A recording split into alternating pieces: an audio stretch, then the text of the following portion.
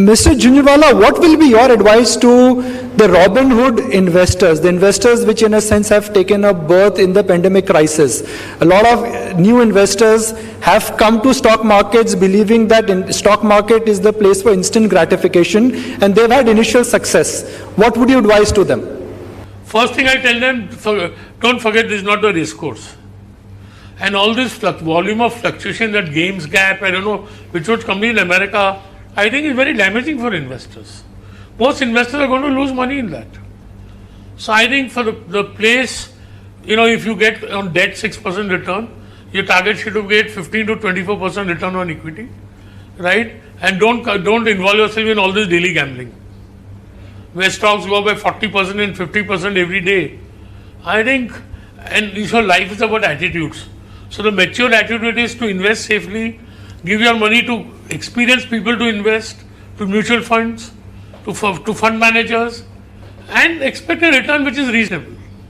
Sure. Don't forget this. I used to have a drink in Jeffries. Some pretty girl will come and ask me that what do you buy? I tell her buy XYZ. If you tell her, she'll ask me what return I'll get. I'll say it will double in 3 to 4 years. Only I give her the address of the Mahalakshmi race course. So the first thing is everything in life is about maturity. And don't go on scaling your bets. Sure. And invest your own money, not your father-in-law or father's money. Sure. But yeah, in a similar lines, you have seen so many successful companies and so many successful entrepreneurs, right? And again, this is an economic conclave. A lot of entrepreneurs who are young, budding, have ambition, dream, are listening to you. What will be your advice to them for consistent wealth creation, some large wealth creation? What will be your message? See, first is you got to be in an industry which is growing. There has to be large opportunity. Sure. Right?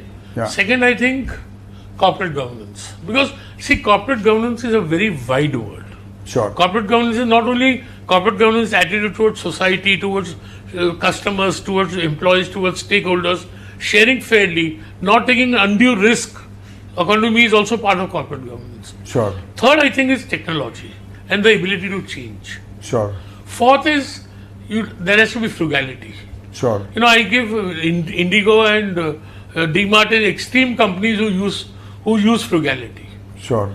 And I think companies which are patient. Sure. If the race is not going to get finished tomorrow, then I always think the tortoise wins against the hare. Sure. So growth is a process. Don't try to sidestep it.